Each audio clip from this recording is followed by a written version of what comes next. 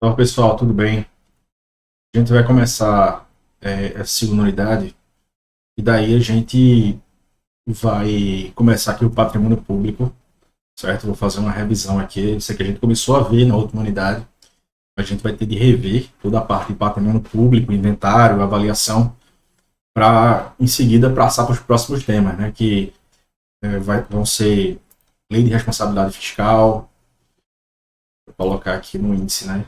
A gente vai ver o patrimônio público, receitas e despesas públicas, demonstrações contábeis públicas, a gente vai ver os relatórios públicos, né, que se utiliza, lei de responsabilidade fiscal, dívida pública, relatórios fiscais, controle, auditoria, escrituração e sistema de fundos. Certo? Os maiores capítulos vão ser patrimônio público, demonstrações e dívida pública. Né? Os três últimos, que são os relatórios, controle e escrituração, eles são extremamente curtos, certo? Então não tem muito que se preocupar. A gente tem 8 temas, mas tem como vencer tudo nesse segundo semestre aqui, tá? Pois é, pessoal. Então vamos lá, passar para a nossa aula aqui. Cada aula vai ter aproximadamente 1 hora de duração, né? Gastei um tempo considerável fazendo esse material de vocês. Mandei o livro-texto que eu utilizei como base para os slides, mas normalmente durante as aulas dou informações que não vão ter na maioria dos livros, tá? Então, com base nisso, a gente vai seguir trabalhando, beleza? Então, vamos lá falar sobre patrimônio público, né? Quais são os bens públicos? Os bens públicos a gente vai ver que tem a mesma correspondência que a gente tem no Código Civil.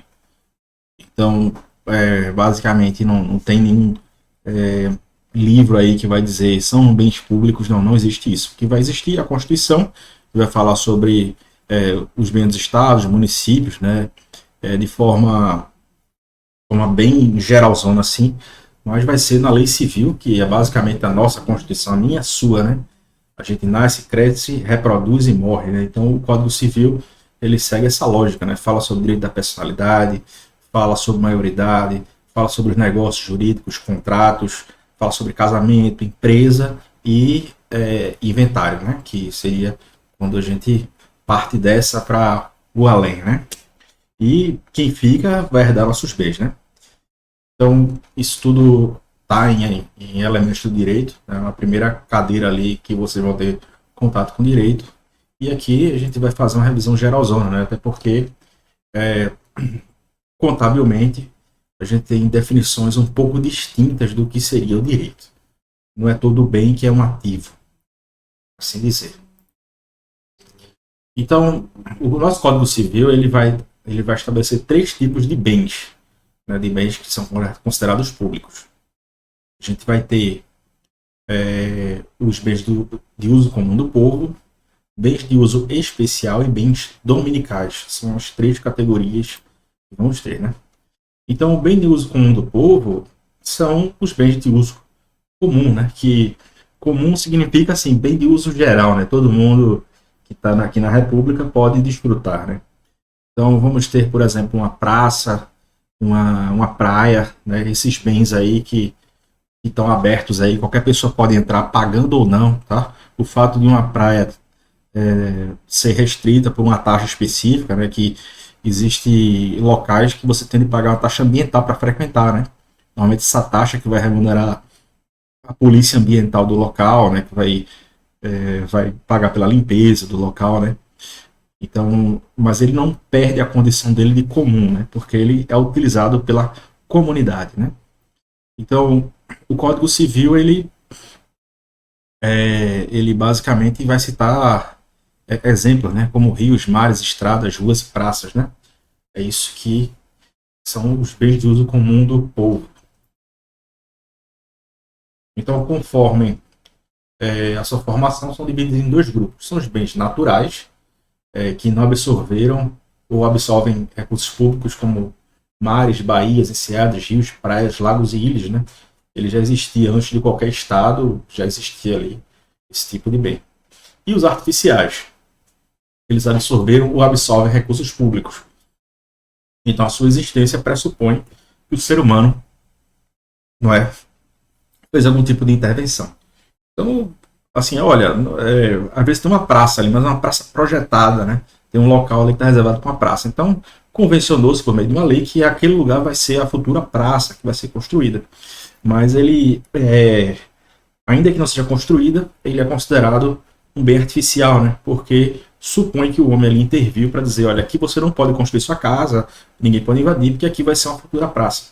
Ou então tem uma praça construída e teve, logicamente, mão de obra, todo tipo de situação para que a praça ficasse bonita, conservada, que é o que se espera de um bem público, né? A gente paga imposto e espera que esteja bonitinha lá para a gente poder utilizar.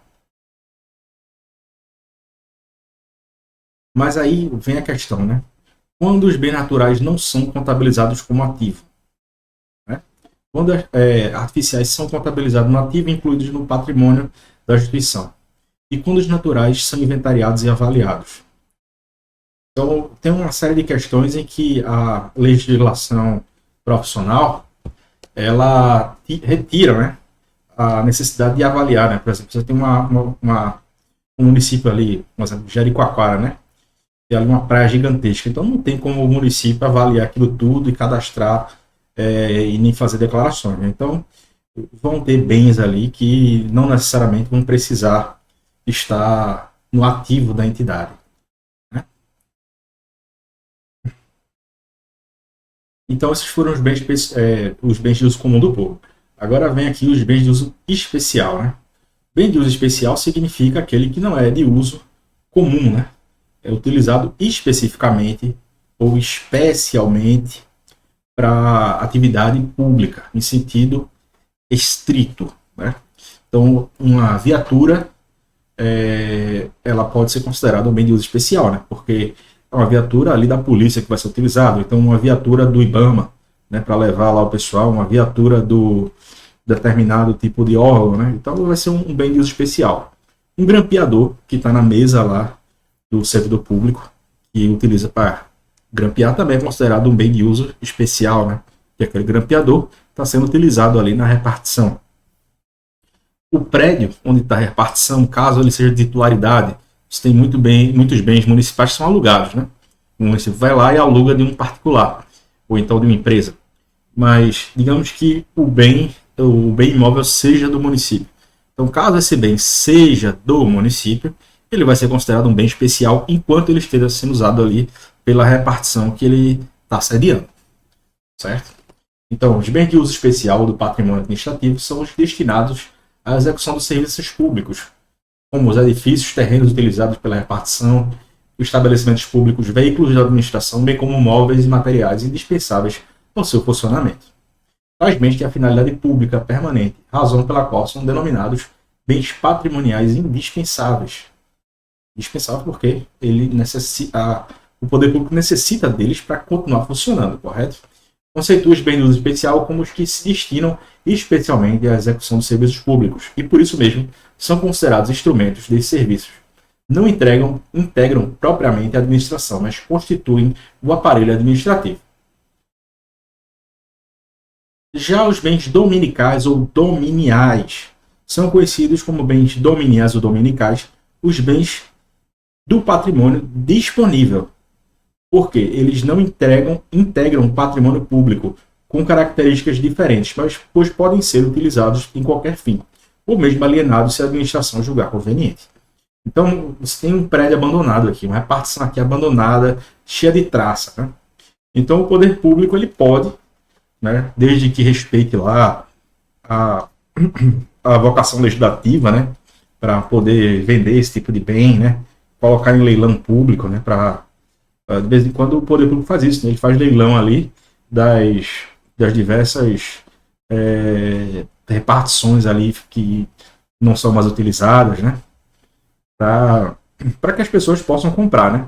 Então você tem um leilão ali, é vendido, né? Tem bens que não valem nem a pena, né, só o custo de você vender vai ser mais caro. Então tem bens ali que, um exemplo, uma repartição ela compra vários computadores novos, aí tem lá os computadores antigões, daqueles que os gabinetes eram, né, deitados com um monitor em cima, né. Muitas vezes esses bens são doados mesmo, você tem um edital ali e aí eles fazem doação para ONG, para entidades ali que vão precisar, né? Abrigo de animais. Eles colocam lá uns editais de doação e aí as entidades vão concorrer ali, né, nos termos do edital, para receber esses bens ali, que o custo de venda é mais caro do que a própria manutenção deles, né?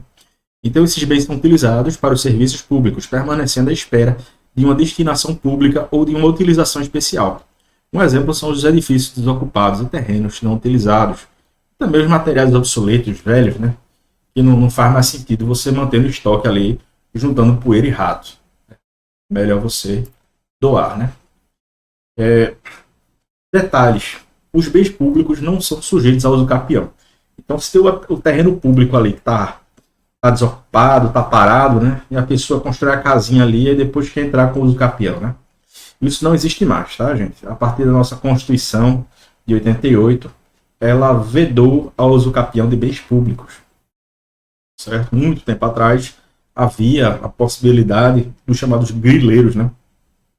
Que era o uso capião rural das pessoas que ocupavam há mais de 40, 50 anos. Mas isso foi até 88. Até a Constituição existia alguns tipos de uso capião ali de terrenos velhos.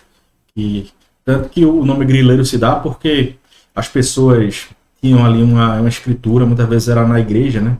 A igreja católica que coordenava ali na época do Império e colocava nos livros de tombo, que a pessoa estava ocupando um bem, né? Tanto que antigamente você tinha muito roubo. O pessoal roubava as igrejas católicas, né? E roubava os livros para poder fazer escritura falsa ali. E onde é que entra o grileiro, né? Se você pegar uma folha de papel e deixar com um bocado de grilo dentro de uma gaveta, os grilos, né? Quando eles vão andando ali naquela folha, vão deixando ela amarelada, né? Eles chamam de grilagem, porque eles pegavam uma folha qualquer de papel, deixavam os grilos lá, faziam escritura para simular que a escritura era antiga, né? Então isso acontecia, né, muitos anos atrás, né? Hoje em dia não mais, né, os chamados grileiros. E através disso o pessoal conseguia entrar com o uso capião aí. Mas isso não existe mais, tá, gente? Os bens de uso comum do povo e de uso especial são inalienáveis. Então, uma praça e uma praia, ela não pode ser vendida, certo? Não pode ser vendida. Eu sei que tem um projeto de lei que fala sobre venda de praia exclusiva e por aí vai. Mas, gente, não vamos tirar do pobre a alegria que ele tem aí, né? Imagina se tudo isso fosse privatizado, né? Você não poderia nem pegar aquele ônibus lá e ir para a praia curtir o verão, né? O verão dos trabalhadores ali. Então, espero que nunca modifiquem essa lei. Mas os bens de uso comum do povo e de uso especial são inalienáveis, não podem ser vendidos, né? Os que podem ser vendidos são os bens dominicais ou dominiais. Agora, contanto que passe pelas condições da lei, né? Então, havendo interesse público na venda, autorização orçamentária, né? Pela Lei 4320, que é a lei de orçamento, né? E deve haver a correta destinação. Então, se um bem for vendido, ele deve ser destinado ali, na forma da lei, para alguma outra coisa, né? Ou alguma outra coisa, então fundo, né? Depende muito ali da questão da motivação política do bem. Ok? E também temos os chamados bens móveis e imóveis, né? O que é um bem móvel? Bem móvel é aquilo que a lei diz que ele é móvel. O bem imóvel é o que a lei diz que ele é imóvel, né? É tão óbvio assim, pessoal. Né? É tão óbvio assim, realmente, puxando para o lado jurídico cru, realmente é isso. Mas a lei, ela tenta dar uma explicação sobre o que é um bem imóvel e imóvel, né? São bens imóveis o que está ligado ao solo e tudo quanto ele se incorporar, natural ou artificialmente. Então, bens que estão ali incorporados ao solo, artificialmente, né? Tipo um prédio é considerado um bem imóvel, né? Ou então o próprio solo é considerado um bem imóvel. E o céu em cima da minha casa não é considerado um bem imóvel, tá, gente? E o subsolo também não. O subsolo, ele pertence à União, né? As riquezas do subsolo. Se você achar petróleo na sua casa, o problema é seu, né? Porque o subsolo pertence à União, segundo a nossa Constituição. Consideram-se imóveis para os efeitos legais os direitos reais sobre imóveis e as ações que os asseguram, e o direito à sucessão aberta. Então, tá vendo aqui, gente? Imóvel é o que a lei diz que é imóvel. Imóvel é o que a lei diz que é móvel. Desculpa dizer isso, mas vamos lá. Os direitos reais sobre imóveis, ou seja, você tem uma hipoteca, você tem uma anticrese, né? Você tem uma série de direitos reais que estão na nossa legislação, e eles são considerados também bens imóveis, né? Por incrível que pareça, são direitos sobre um bem imóvel qualquer, mas são considerados ali imóveis porque a lei diz que é imóvel. E o direito à sucessão aberta, né? O que é a sucessão aberta? A sucessão aberta é diferente da sucessão fechada, né? A sucessão que já acabou, ou então a sucessão que não começou. Por exemplo, a pessoa está viva e você quer fazer uma venda ali do seu direito de herança. Vender o direito de herança do meu pai. Não é possível fazer isso, tá, gente? Herança de pessoa viva não é objeto de negócio jurídico. Nossa legislação proíbe você vender os direitos que provavelmente você vai ter com o falecimento de alguém. É o chamado Pacto de Urubus, né? Não existe isso na nossa legislação brasileira. Mas, caso você tenha direito a uma herança, você pode vender aquele direito. Para não ficar esperando lá não sei quanto tempo, você pode vender para o seu parente lá por escritura pública o direito que você tem de herança. Ou pode renunciar também. Certo? 81. Não perdem o caráter de imóveis. As edificações separadas do solo, mas conservando a sua unidade, forem removidas para outro local. Então você tem uma casa de madeira, por exemplo, é um imóvel. E aí você tira aquela casa lá e leva do Espinheiro até Uruguaiana, lá no Paraná. Ela vai continuar, aquela casa ali, mesmo que ela saia do solo, ela vai voltar a ser incorporada. Então, aquela casa lá, ela pode ser vendida, independente do solo, mas vai ser vendida como caráter de bem imóvel. Certo? Então, você derrubou o muro de um terreno, ou então derrubou uma casa para depois construir outra. Então, aquilo continua sendo um imóvel. E os materiais provisoriamente separados de um prédio para nele se reempregarem. Né? Prédio, entenda-se, tudo que é construído num terreno se chama prédio. Né? Por exemplo, você tem um prédio rural, que você tem várias plantações que estão no solo lá. Aquilo tudo é considerado prédio rural. São móveis e bens suscetíveis de movimento próprio, ou por remoção por força alheia, sem alteração da substância ou destinação econômico-social. Então, bem imóvel são os bens suscetíveis de movimento próprio, ou seja, um cavalo, um cachorro, né? A gente chama de semovente. Semovente é considerado uma coisa, né? O seu cachorro é considerado uma coisa. É uma coisa porque não é uma pessoa, tá? Porque na pessoa é considerado coisa. Então é uma coisa, mas é chamado de bem semovente, para não chamar seu cachorrinho de coisa, né? Não, falando, ele é um bem semovente. Ou de remoção por força alheia, sem alteração da substância. Então, uma cadeira você remove de um lugar para outro e ele não altera, ele continua sendo uma cadeira. Então, sinteticamente, isso é um bem imóvel. Mas tem outros bem imóveis também, por exemplo, energia elétrica. Né? Imagina, se a energia elétrica não fosse considerada um bem imóvel, ele não poderia ser furtado. Né? Então, a legislação ela diz que a energia elétrica é um bem imóvel, porque senão seria impossível você processar alguém por furto de energia. Então, você não tem como furtar uma coisa imóvel. Tanto que a definição de furto é subtrair coisa alheia móvel para si ou para outrem. Né? Como é que você vai subtrair coisa imóvel?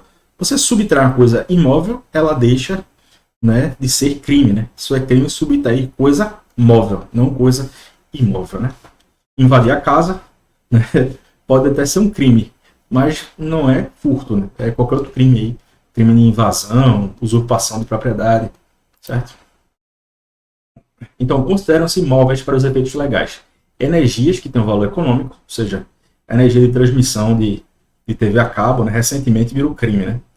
Mas a energia elétrica é considerada móvel para efeitos legais. Né? Então, subtrair coisa ali é móvel, leia-se energia elétrica é crime.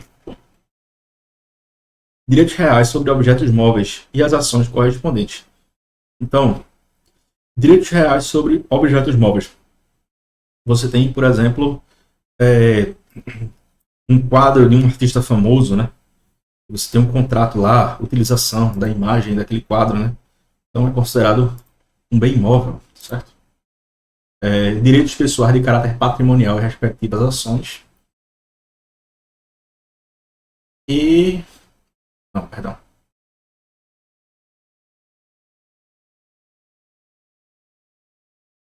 Os materiais destinados a alguma construção, enquanto não forem empregados, conservam sua qualidade de imóveis, readquirem essa qualidade os provenientes da demolição de algum prédio. Então vamos lá. O MCASP, que é o Manual de Contabilidade Aplicável ao Setor Público, ele vai dar uma definição meio diferente aqui. Apresenta complemento conceitual exemplos para os bens móveis e imóveis que compõem o ativo imobilizado. Os bens que têm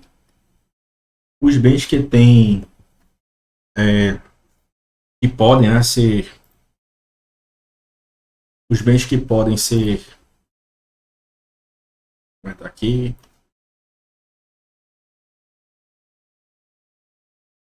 melhorou aqui, né, pessoal?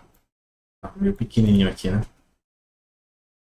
Os bens móveis compreendem os bens que têm existência material e que podem ser transportados por movimento próprio, no caso aqui um cachorro, um gato, um cavalo, ou removidos por força alheia, sem alteração na substância ou da destinação econômico-social. São exemplos de bens móveis as máquinas, aparelhos, equipamentos, ferramentas, bens de informática, móveis, utensílios, materiais culturais, educacionais e comunicação, bens móveis em andamento, dentre outros.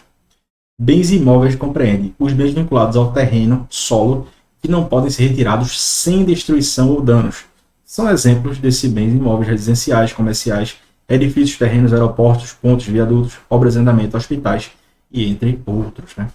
Esses são os considerados os bens imóveis para o nosso MCASP, né? Que é o Manual de Contabilidade Aplicado ao Setor Público. Os bens imóveis, segundo a MCASP, classificam-se em bem de uso especial, lembra lá, gente? Bem de uso especial compreende os bens tais como edifícios, terrenos destinados a serviços, estabelecimentos, administração federal, estadual, municipal, inclusive de suas autarquias, fundações públicas, como imóveis residenciais, terrenos, glebas, aquartelamento, aeroportos, açudes, fazendas, museus, hospitais, hotéis, entre outros. Já os bens dominiais ou dominicais compreende os bens que constituem o patrimônio das pessoas jurídicas de direito público, como objeto de direito pessoal ou real de cada uma dessas unidades. Compreende ainda, não dispõe da lei em contrário, os bens pertencentes às pessoas jurídicas de direito público, acho que se tenha dado estrutura de direito privado, como apartamentos, armazéns, casas, glebas, terrenos, lojas, bem destinados à reforma agrária, entre outros. Outros bens. Ok, gente?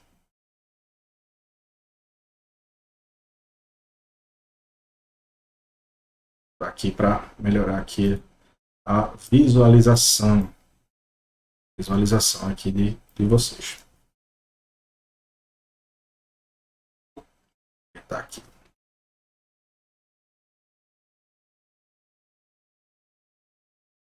A gente já tem aqui dos bens imóveis, bem de uso comum do povo, né, que podem ser entendidos como os de domínio público, construídos por pessoas ou não por pessoas jurídicas de direito público, bens imóveis em andamento, né, os bens que estão ali sendo construídos, né, os aeroportos, as estradas ali que estão pela metade. Então, a gente que é contador, a gente sabe, né, uma coisa está ou não terminada, né, então isso aí vai ser uma questão contábil, né. E os demais bens imóveis, que são classificados, por exemplo, bens imóveis locados a terceiros, bens imóveis em poder de terceiros, entre outros.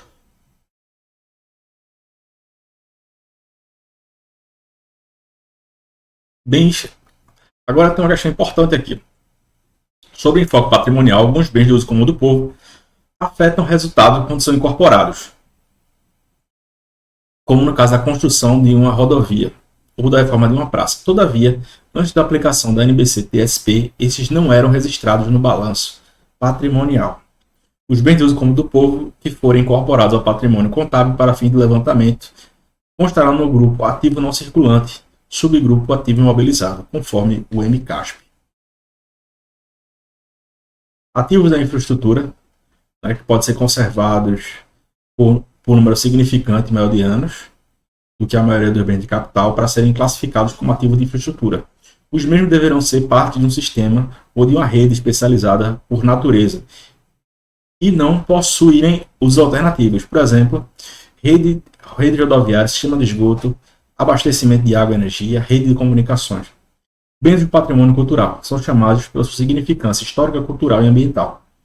Por exemplo, os monumentos, prédios, sítios arqueológicos, né, também chamados de heritage assets, né? Heritage, do inglês, né, significa herança, né? Né? Heritage. Né? Esses são raramente mantidos para gerar entradas de caixa e pode haver obstáculos legais ou sociais para usá-los. Do inventário. O inventário, gente, é uma peça essencial para a contabilidade pública, né? Você vai precisar fazer a inventariança daqueles bens, né? Então, ele recebe documentos com dados que servem de base para registro de natureza patrimonial. O inventário, tal como no privado aqui, é a relação, lista, um rol, arrolamento de todos os bens, elementos ativos, passivos, componentes do patrimônio, com indicação do valor desses elementos. Por mais que você não saiba que uma praça ali vai ter um valor, até porque ela é inalienável, mas ela vai precisar ser avaliada e registrada pelo valor ali, né, no balanço de patrimônio ali do poder público, né. O inventário é a discriminação organizada e analítica de todos os bens e valores de um patrimônio, em um determinado momento, visando atender a uma finalidade específica. É a prestação de contas, né, gente? O poder público tem que prestar contas e tal, aí tem o balanço ali orçamentário e o balanço patrimonial. Deixa eu ver isso lá na frente, né? A Lei 4.320 determina a existência de registros analíticos e sintéticos dos bens pela contabilidade. A gente vai ver no capítulo de registro, né? Então, haverá registro analítico de todos os bens de caráter permanente, com indicação de elementos necessários para a perfeita caracterização de cada um deles dos agentes responsáveis pela sua guarda e administração. A contabilidade manterá registros sintéticos dos bens móveis e imóveis, e o levantamento dos bens móveis e imóveis terá como base o inventário analítico de cada unidade administrativa e os elementos da escrituração sintética na contabilidade. A finalidade do inventário é apurar o valor exato das existências ou detectar a responsabilidade dos responsáveis pela gestão, guarda e conservação do patrimônio. Então, o maior, digamos assim, benefício desse inventário público vai ser responsabilizar os políticos que não estejam conservando como deveriam aqueles bens, né? Quando eles forem avaliados, né, pelo valor deles, está depreciado, se não está, né? Isso é uma ferramenta aqui de responsabilização, né? De accountability. Você atribuir para o político que está exercendo, né, os ônus e o bônus daquela gestão, né? Enquanto ele está no poder, ele é obrigado a prestar contas para nós que somos os pagadores de impostos, né? Visto que o inventário deve permitir identificar fisicamente e reconhecer origens, localizações, destinações e pessoas responsáveis. Habitualmente isso é processado por meio de sistemas informatizados. Então a gente tem aqui a SPU, né? Secretaria de Patrimônio da União ali, né? Quem vai administrar os bens ali dominiais da União. Coloquei aqui para ilustrar, certo? Mas não é a SPU que faz isso, não. Ela faz também. Mas toda entidade ela vai precisar fazer ali, né, a inventariança dos bens. Então, Silva identifica os seguintes princípios que devem ser observados. Então, instantaneidade estabelece que o inventário deve ser determinado no momento do tempo. Oportunidade deve ocorrer no menor intervalo de tempo possível e deve ser um tempo conveniente. Integridade, uma vez os limites do inventário, todos os elementos patrimoniais deverão ser objeto de levantamento. Especificação devem ser colocados em classes, né, de acordo com os atributos. E uniformidade. Os critérios de mensuração para todos os elementos do patrimônio devem ser os mesmos, ou quando não for possível, deverá ser mantida a sua maior afinidade possível com os demais. Então, dentro do grupo ali, você vai avaliar da forma como deve ser. Um exemplo disso vai ser o intangível, né? A gente vai ver isso mais à frente aqui, que o intangível ele vai ter uma forma diferenciada, né, de ser avaliado. Então, fases do inventário. Vamos ter aqui o levantamento, identificação, grupamento e mensuração.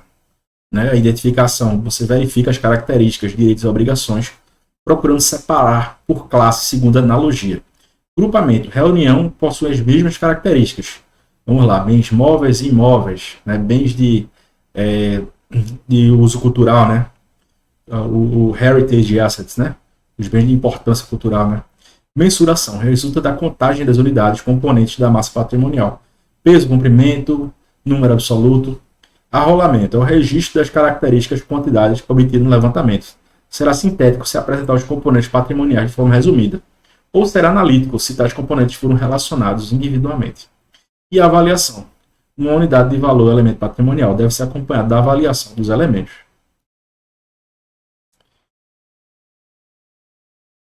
De acordo com os fins, né?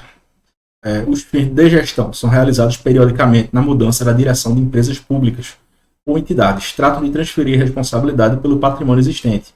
Outro entendimento é que a continuidade do mesmo gestor, este inventário seja feito uma vez por ano para ajustar ou confirmar o resultado do exercício financeiro. De instalação são realizados por ocasião da constituição ou emancipação política que dão origem a um ente público. Né? Você vai ter ali o inventário de instalação. Né? O município acabou de se dividir, né? Foi criado um município novo. Nada se cria, gente. Tudo se subdivide ou se copia. Né? Então, se um município ele for dividido, né? Principalmente no interior, vocês verem o mapa aqui do estado de Pernambuco, a gente vê que na região metropolitana os municípios são bem pequenininhos, né? Conforme vai indo para o interior, né? Vão ficando mega municípios, né? Gigantes, né? E esses municípios eles vão, né, vão ser divididos aí ao longo dos anos, né? De acordo com as leis federais e estaduais, né? Vão sendo subdivididos conforme a conveniência ali da política do local, né? Às vezes tem uma cidadezinha que vai crescendo no meio de outro município, né?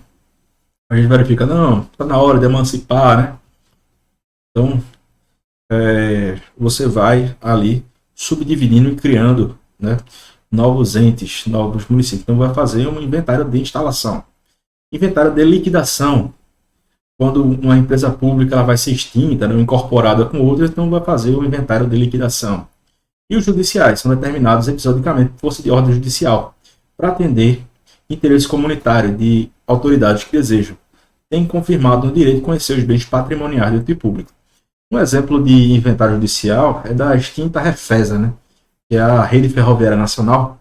E eu me lembro que a Refesa ela passou por um bom tempo aí de liquidação e assim, ficou na perspectiva ali do Ministério Público Federal, na época eu era estagiário, né, e ela deveria ser dividida entre os bens históricos, né, aquelas estações de trem bonitas, né, no interior do estado, né, tem estações que até hoje ali são pontos turísticos, né, um exemplo é Bezerros, né, tem uma estação muito bonita, que até funciona até um museu dentro.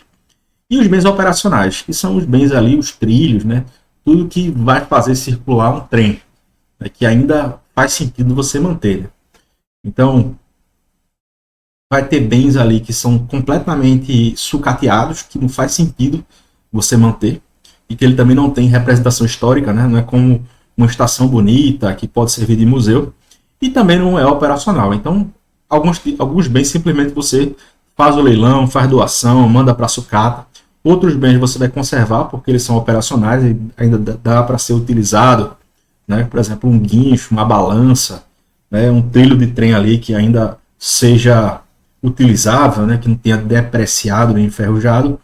E os bens históricos vão ser conservados. Então eles vão passar ali para o inventário de liquidação ou judicial, né? Nesse caso aqui, se eu não me engano, foi um bem de liquidação, não foi nem judicial. Mas havia ali o acompanhamento para que esses bens históricos não fossem sonegados, né? Que eles fossem mantidos ali, que fossem guardados ali bonitinho para que pudessem servir para conservar a nossa história aqui do Estado. Aspectos legais obrigatórios, que são elaborados para uma lei, decreto, regulamento, estatutários ou contratuais, para atender a lei, decretos, regulamentos, né? Um exemplo disso é a Petrobras, que vai fazer os inventários dela lá, não simplesmente porque é obrigatório, porque a lei manda, mas também porque existe ali uma exigência ali da Bolsa de Valores, né?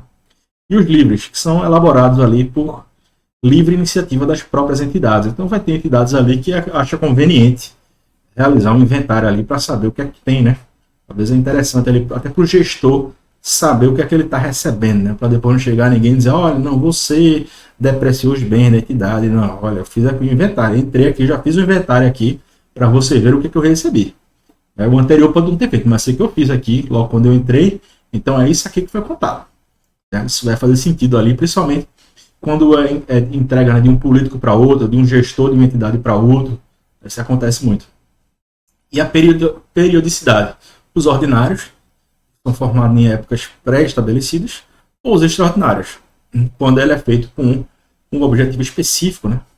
Então, às vezes uma entidade ela recebeu ali um conjunto de bens, então é interessante fazer um inventário ali para saber o que, é que ela está recebendo, né? Está fora ali, né? Você recebeu um prédio, recebeu determinado patrimônio, é interessante você fazer essa avaliação ali para se resguardar e resguardar também o patrimônio público. Reconhecimento, avaliação e mensuração. É sintética a avaliação, mas define algumas bases. Então, a avaliação dos elementos patrimoniais obedecerá às seguintes normas: débito e crédito, bem como os títulos de renda pelo seu valor nominal, feita a conversão quando em moeda estrangeira, a taxa de câmbio vigente na época do balanço. Bens móveis e imóveis pelo valor de aquisição ou pelo custo de produção ou em construção. E bens de almoxarife, né, almoxarifado, pelo preço médio ponderado das compras. Os valores em espécie, assim como os débitos e créditos, quando em moeda estrangeira, deverão configurar ao lado das correspondentes importâncias em moeda nacional. As variações resultantes da conversão dos débitos e créditos em espécie serão levadas à conta patrimonial. Poderão ser feitas reavaliações dos bens móveis e imóveis, né? Então nada é definitivo, tudo vai sendo modificado aqui, né? Resumo das bases de mensuração dos ativos. A gente vai ter o custo histórico, que é basicamente o valor de entrada, né? Você lançou lá no balanço, né? Geralmente observável e específica para a entidade. O valor de mercado, quando o mercado é aberto, ativo e organizado, entrada e saída, observável, não específica para a entidade. Valor de mercado e mercado inativo, né? Vai ser pelo valor de saída. Depende da técnica de atribuição de valor, depende da técnica de atribuição de valor. Custo de reposição, subscrição, entrada. Preço líquido de venda, saída. Valor em uso é o valor de saída também, né? Valor em uso é o que a gente chama de operação, né? No mercado comum, né? Então você vai fazer o valor em uso, que a gente chama. Os estoques, gente, como é que é a questão dos estoques? Já vai utilizar aqui a NBC-TSP, né? Norma Brasileira de Contabilidade. TSP é a norma do setor público, né? NBC técnica aplicada ao setor público 09. Estoques são definidos como ativos. Primeiro aqui, na forma de materiais ou suprimentos a serem consumidos no processo de produção, na forma de materiais ou suprimentos a serem consumidos ou distribuídos na prestação de serviço, mantidos para venda ou distribuição no curso normal das operações, ou em processo de produção para venda ou distribuição.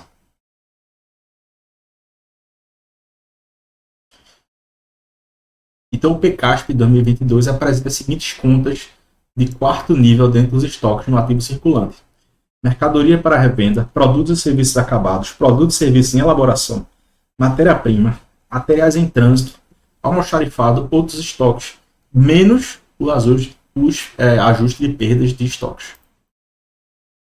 Instrumentos financeiros. A NBC TSP 30 a 33 tratam de instrumentos financeiros abrangendo apresentação, reconhecimento, mensuração, divulgação. Instrumento financeiro é definido como qualquer contrato que dê origem a ativo financeiro para a entidade e a passivo financeiro ou instrumento patrimonial para outra entidade. A gente vai ver mais na frente lá, quando for estudar lei de responsabilidade fiscal, o que é considerado um ativo financeiro, né? Uma operação de crédito aí na entidade, tá, gente? Então, quem for do setor público é importante estar estudando essas NBCs aí, visto que isso é muito específico. É para quem vai lidar realmente, que vai trabalhar como contador de prefeitura, uma questão aí do serviço público, tudo que eu não quero fazer nem faço. Mas tem quem queira, não é verdade? Até aquele saláriozinho no fim do mês ali, né? Aquele fixo ali, salva muita gente, né, gente? Do cheque especial, né? Você saber quanto é que pode gastar no mês, sabendo que mês que vem vai vir um salário ali igualzinho, né? Tem 13º, férias, né? Isso tudo é um alento ali num mercado tão incerto como o brasileiro. A NBC TSP 05, com aplicação a partir de 2017, tem como objetivo determinar a forma de contabilização dos contratos de concessão pela ótica da concedente, uma entidade do setor público. Entre outros aspectos, essa norma aborda o reconhecimento e a mensuração de ativo da concessão do serviço. Né? Então, aquela concessão ali de energia elétrica, aquela rodoviária, né? Rodovia, né? Você vai cobrar o pedágio.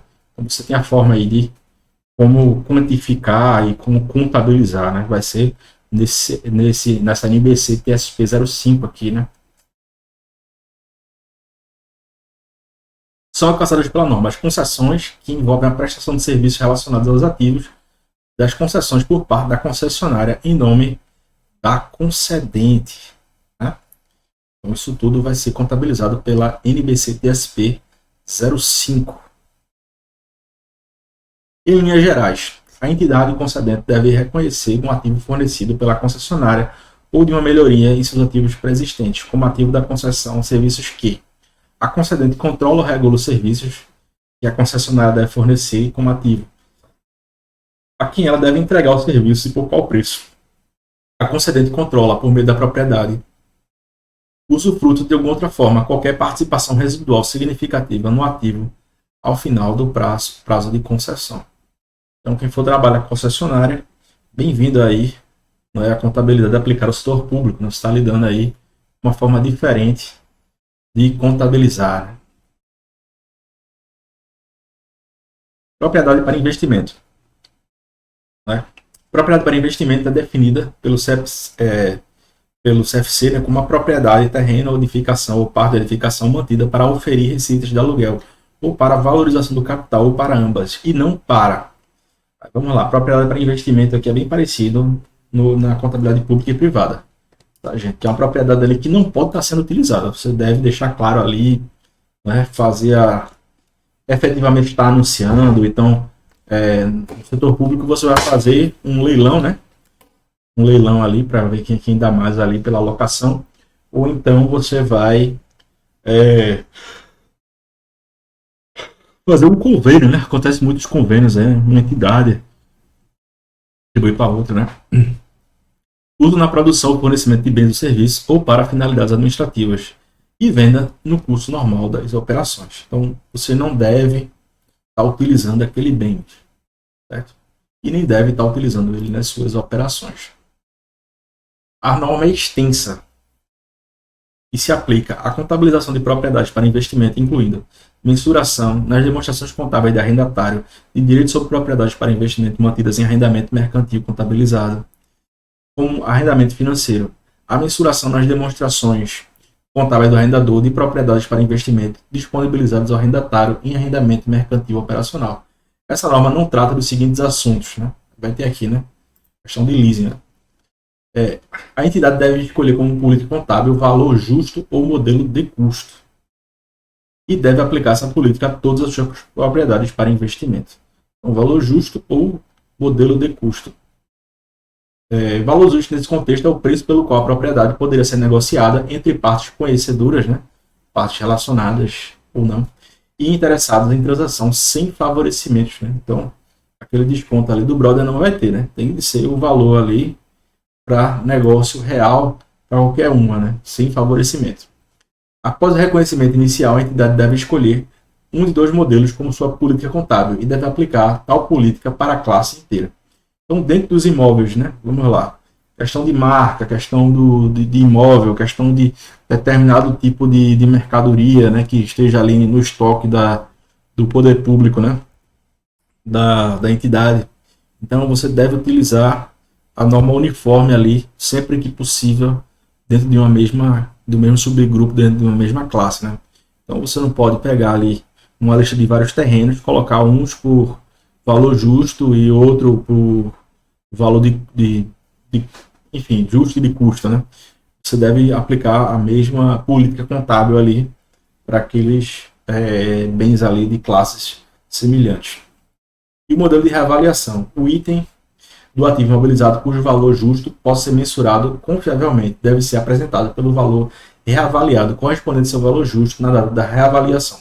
menos qualquer depreciação e perda por redução do valor recuperável, acumuladas subsequentes. Então, quando for fazer o teste de impairment, né, o impairment, para verificar se o bem depreciou ou não, você vai precisar reduzir o valor daquele imóvel. Ele só não pode estar maior do que o custo histórico, né? Na contabilidade a gente tem essa restrição. O custo histórico é o máximo que pode atingir aquele bem. Ele pode depreciar, ou seja, o valor pode baixar, mas aí você vai fazer a reavaliação e aí você coloca no máximo no teto do valor histórico, né? Ele não pode ser maior, ele pode ser menor, mas nunca maior do que o histórico. Tal reavaliação deve ser realizada com suficiente regularidade para assegurar que o valor contábil do ativo não difira materialmente daquele que seria determinado, utilizando seu valor justo na data das demonstrações contábeis. Para algumas classes pode ser anual, enquanto para outras pode ser a cada 3 a 5 anos. Segundo o Cruz, os registros no cartório de imóveis de transações reais e recentes na mesma área de localização geográfica pode ser uma boa fonte para cotejar com os laudos para reavaliação e outros fatores determinantes da sua reavaliação. Então, os valores praticados no mercado aí, sempre que possível, devem ser equiparados. Uma coisa interessante sobre isso, pessoal, é aqueles valores lá de bens que, por exemplo, são aqueles shows ali de certos atores aí, artistas famosos, né?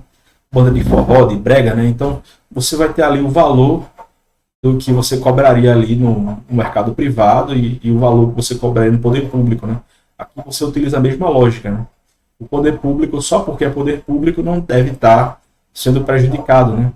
Você deve estar avaliando por um valor muito abaixo ali do que o amplo mercado vai estar avaliando determinado bem ou serviço. Então, muita atenção para isso, porque o poder público, por mais que ele demore a pagar, tem toda a burocracia, mas ele deve, sempre que possível, seguir a lógica de mercado, né? Os valores parecidos com a ótica de mercado, apesar da burocracia, apesar de impugnações, processos judiciais, né? Um grande problema de trabalho com o poder público é esse, né? Muitas vezes você tem processos judiciais, gente reclamando, ação popular, né?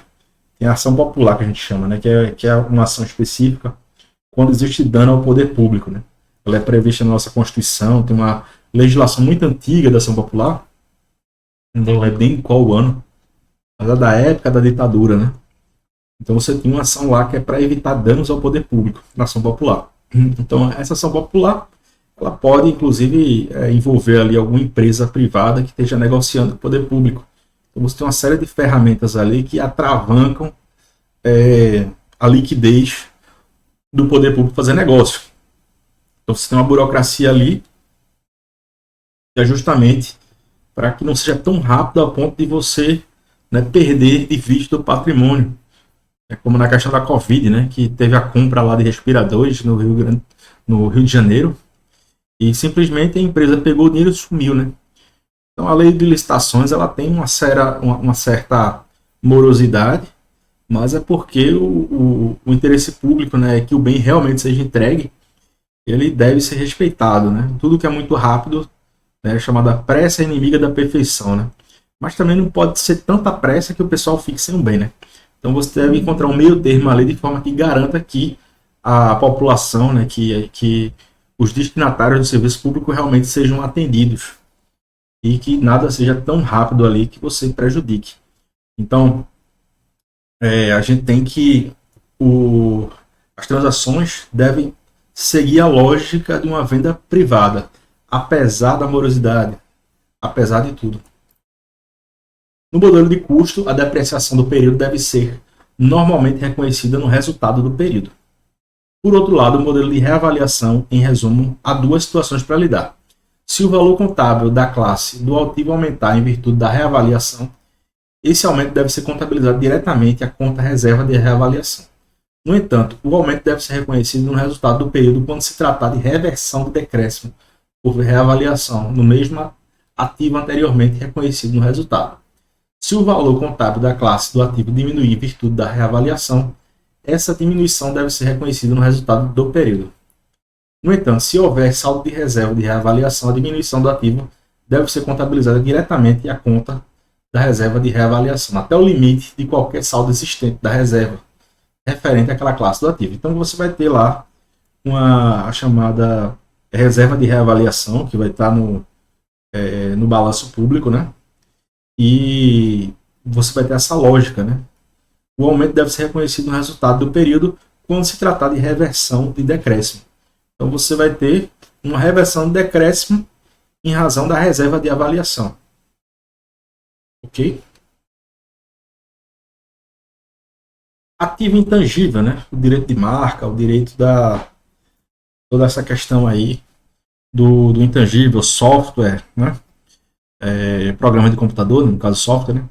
A NBC-TSP 08, com aplicação a partir de 1 de 1 de 2019, tem o objetivo de estabelecer o tratamento contábil dos ativos intangíveis, que não são abrangidos especificamente em outra norma, e aborda como mensurar o valor contábil e fazer divulgações específicas. Gente, isso aqui cai no CRC, tá? Ativo intangível é definido como ativo não monetário identificável sem forma física.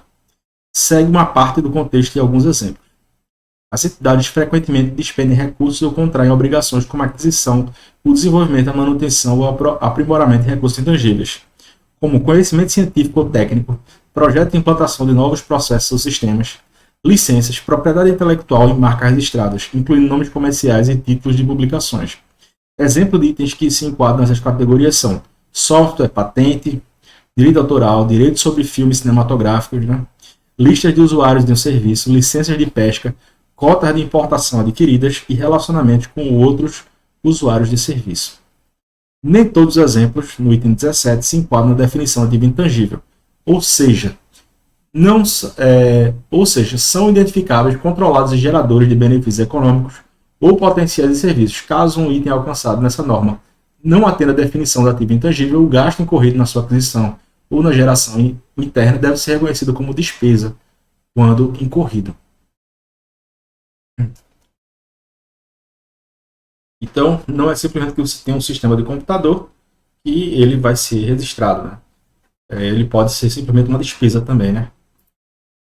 Ativo intangível. Após reconhecimento inicial, a entidade deve escolher e reconhecer o intangível por um desses dois modelos.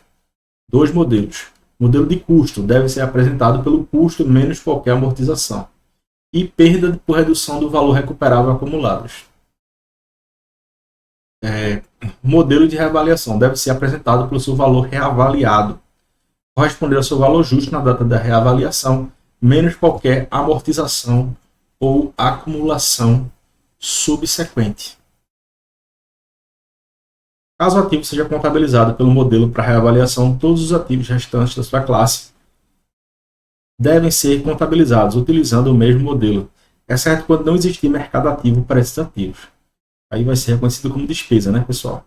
A reavaliação deve ser realizada com suficiente regularidade para assegurar que o valor do contábil do ativo não difira materialmente daquele que seria determinado, utilizando seu valor justo na data das demonstrações contábeis.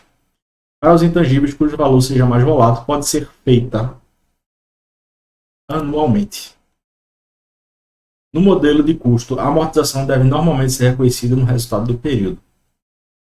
Por outro lado, no modelo de reavaliação, em resumo, há duas situações para lidar.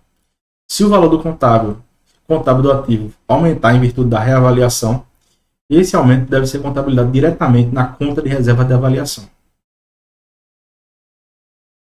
Entretanto, o aumento deve ser reconhecido no resultado do período, quando se tratar de reversão de decréscimo de reavaliação do mesmo ativo anteriormente reconhecido no resultado do período. Se o valor contábil do ativo diminuir em virtude de reavaliação, essa diminuição deve ser reconhecida no resultado do período. No entanto, a diminuição do ativo intangível deve ser contabilizada diretamente no patrimônio líquido, até o limite do saldo credor da conta reserva de avaliação referente ao serviço. Essa redução, reconhecida diretamente no patrimônio líquido, reduz seu montante acumulado mediante débito na conta de reserva da avaliação. Então, uma questão extremamente técnica aqui na conta de reserva de avaliação, né? O intangível, como subgrupo ANC, conforme o PCASP, compreende as seguintes contas de nível 4. Software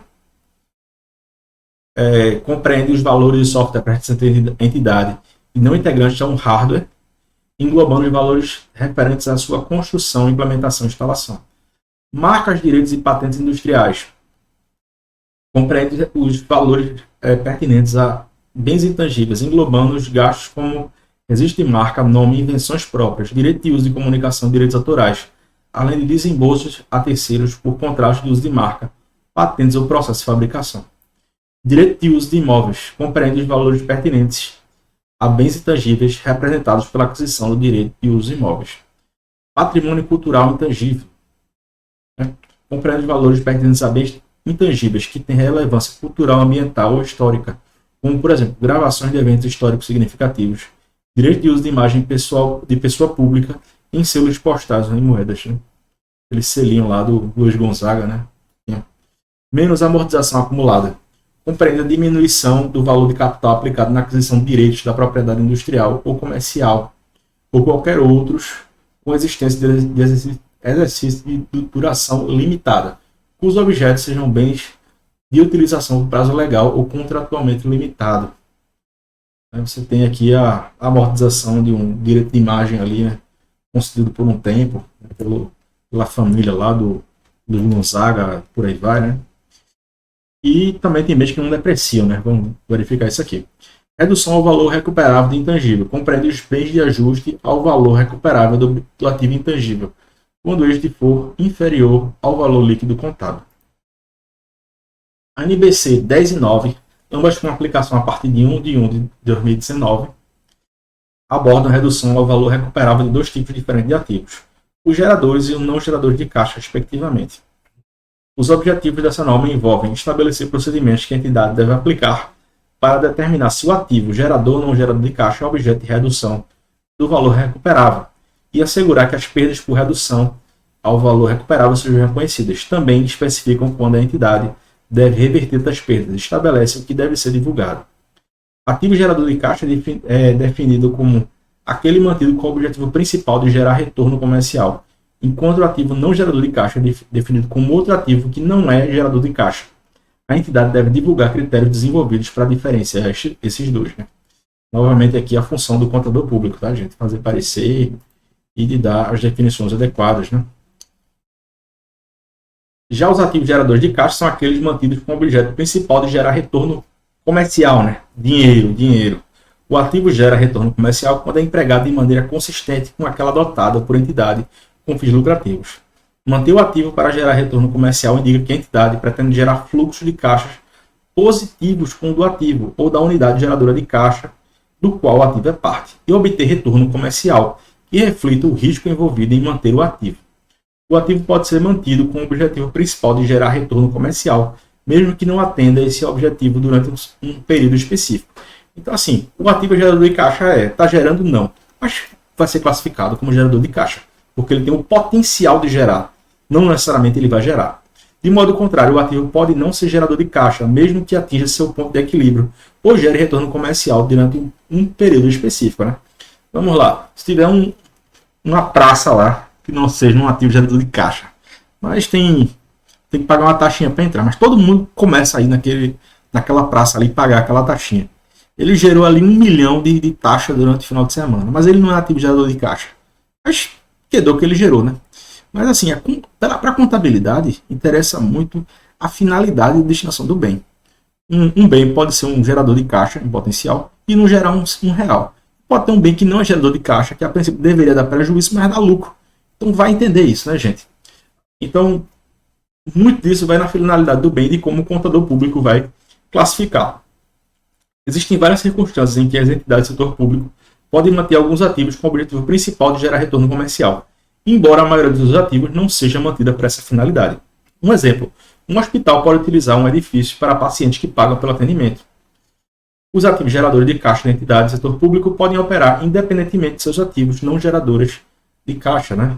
Você tinha antigamente o Maria Lucinda, né?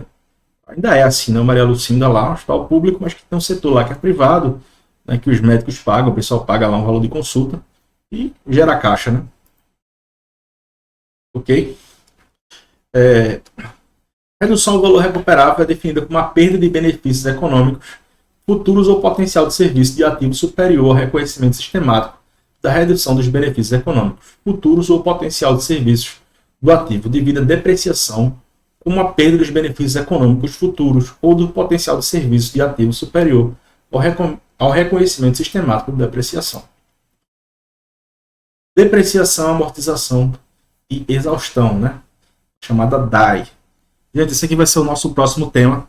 Então, na próxima aula, a gente vai estudar a DAE, que é depreciação, amortização e exaustão, tá? A gente hoje estudou bens públicos em geral, estudou a avaliação desses bens aqui. Eu não sou o melhor professor de contabilidade geral, mas eu tentei aqui abordar e revisar aqui as normas, tá certo? Então, até a próxima aula. Valeu, um abraço.